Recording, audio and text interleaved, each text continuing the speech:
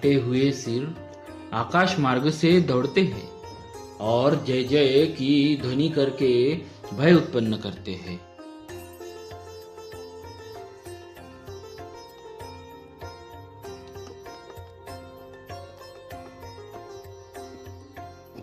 लक्ष्मण और वानरराज सुग्रीव कहाँ है? कौशलपति रघुवीर कहाँ है? राम कहाँ है? यह कहकर सिरों के समूह दौड़े। उन्हें देखकर वानर भाग चले।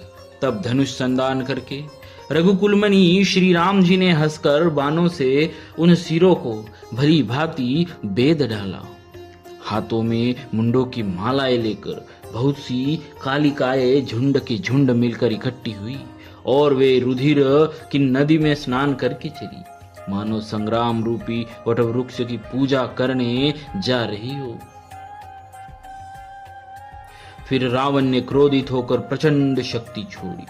वह विभीषण के सामने ऐसी चली जैसे काल यमराज का दंड हो। अत्यंत भयानक शक्ति को आते देख और यह विचार कर कि मेरा प्रण शरणागत के दुख का नाश करना है, श्री राम जी ने तुरंत ही विभीषण को पीछे कर लिया और सामने होकर वह शक्ति स्वयं सह ली। शक्ति लगने से उन्हें कुछ मूर्छा हो गई। प्रभु ने तो यह लीला की, पर देवताओं को व्याकुलता हुई।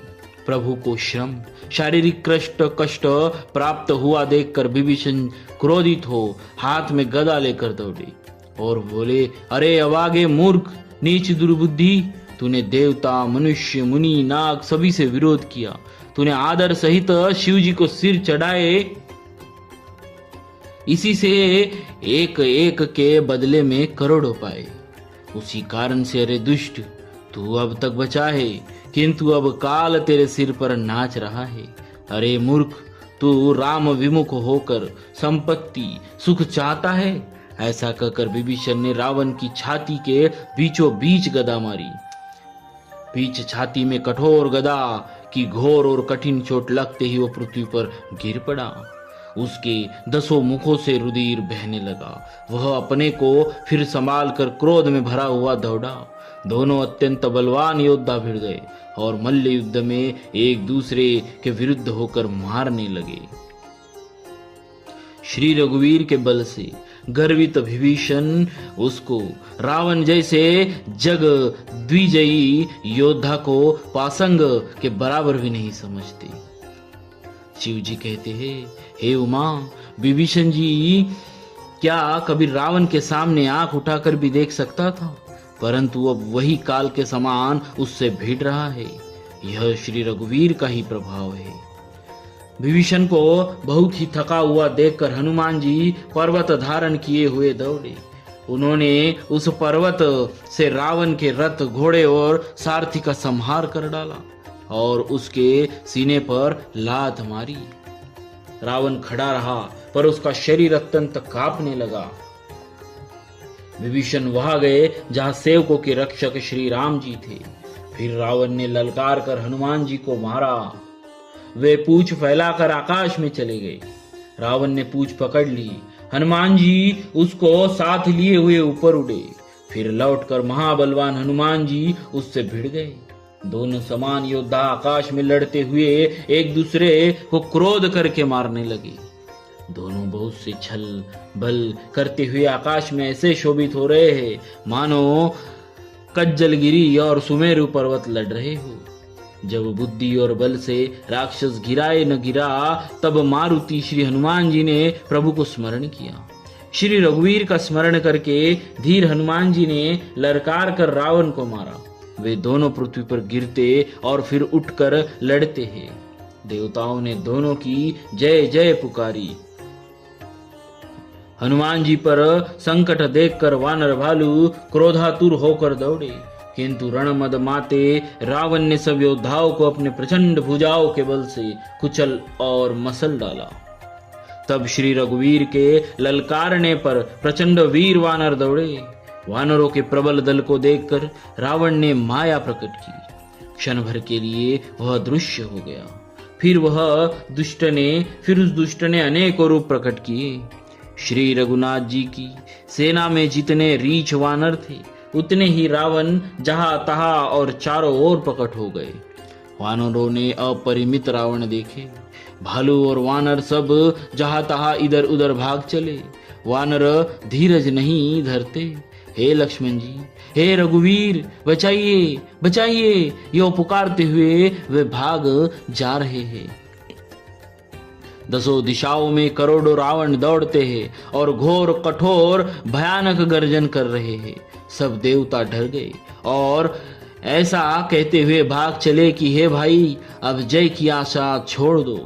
एक ही रावण ने सब देवताओं को जीत लिया था, अब तो बहुत से रावण हो गए। इससे अब पहाड़ की गुफाओं का आश्रय लो, अर्थात उनमें छुपे रहो। वहां ब्रह्मा, शंभु और ज्ञानी मुनि ही डटे रहे, जिन्होंने प्रभु की कुछ महिमा जानी थी। जो प्रभु का प्रताप जानते थे वे निर्भय डटे रहे। वानरों ने शत्रुओं को, बहुत से रावणों को सच्चा ही मान लिया। इससे सब वानर भालू विचलित होकर हे कृपालु रक्षा कीजिए यो पुकारते हुए भय से व्याकुल होकर भाग चले। अत्यंत बलवान रणबांकुरे हनुमान जी, अंगद, नल और नील लड़ते हैं और कपट रूपी भूमि से अंकुर की भांति उपजे हुए कोटि कोटि योद्धा रावणों को मसलते हैं। देवताओं और वानरों को विकल देखकर कौशलपति श्री राम जी हंसे और शारंग धनुष पर एक बाण चढ़ाकर माया के बने हुए सब रावणों को मार डाला।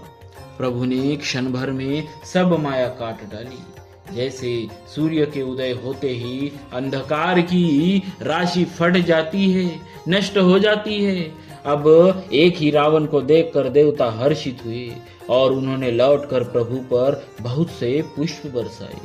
श्री रघुनाथ जी ने भुजा उठाकर सब वानरों को लौटाया। तब वे एक दूसरे को पुकार पुकार कर लौटाए। प्रभु का बल पाकर रीछ वानर दौड़ पड़े। जल्दी से कूद कर वे रणभूमि में आ गए। देवताओं को श्री राम जी की स्तुति करते देखकर रावण ने सोचा, मैं इनकी समझ में एक हो गया, परंतु इन्हें यह पता नहीं कि इनके लिए मैं एक ही बहुत हूँ। अरे और कहा, अरे मूर्खो, तुम तो सदा के लिए मेरे मरेल, मेरी मार खाने वाले ही हो। ऐसा कहकर वह क्रोध करके आकाश पर देवताओं की ओर दौड़ा। देवता हाहाकार करते हुए भागे। रावण ने कहा, दुष्टो, मेरे आगे से कहाँ जा सकोगे? देवताओं को व्याकुल देखकर अंगद दौड़े और उछलकर रावण का पैर पकड़कर उन्होंने उसको पृथ्वी पर गिरा दिया। उसे पकड़कर पृथ्वी पर गिराकर लात मारकर बालीपुत्र अंगद प्रभु के पास चले गए। रावण संभल कर उठा और बड़े भयंकर कठोर शब्द से गरजने लगा। वह दर्प करके दसों धनुष चढ़ाकर उन पर बहुत से बाण संधान करके बरसाने लगा। उससे सब योद्धाओं को घायल और भय से व्याकुल कर दिया और अपना बल देखकर वह हर्षित होने लगा।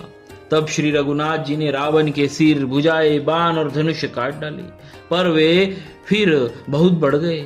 जैसे तीर्थ में किए हुए पाप बढ़ जाते हैं, कई गुना अधिक भयानक फल उत्पन्न करते हैं। शत्रु के सिर और भुजाओं की बढ़ती देखकर रीछ वानरों को बहुत ही क्रोध हुआ।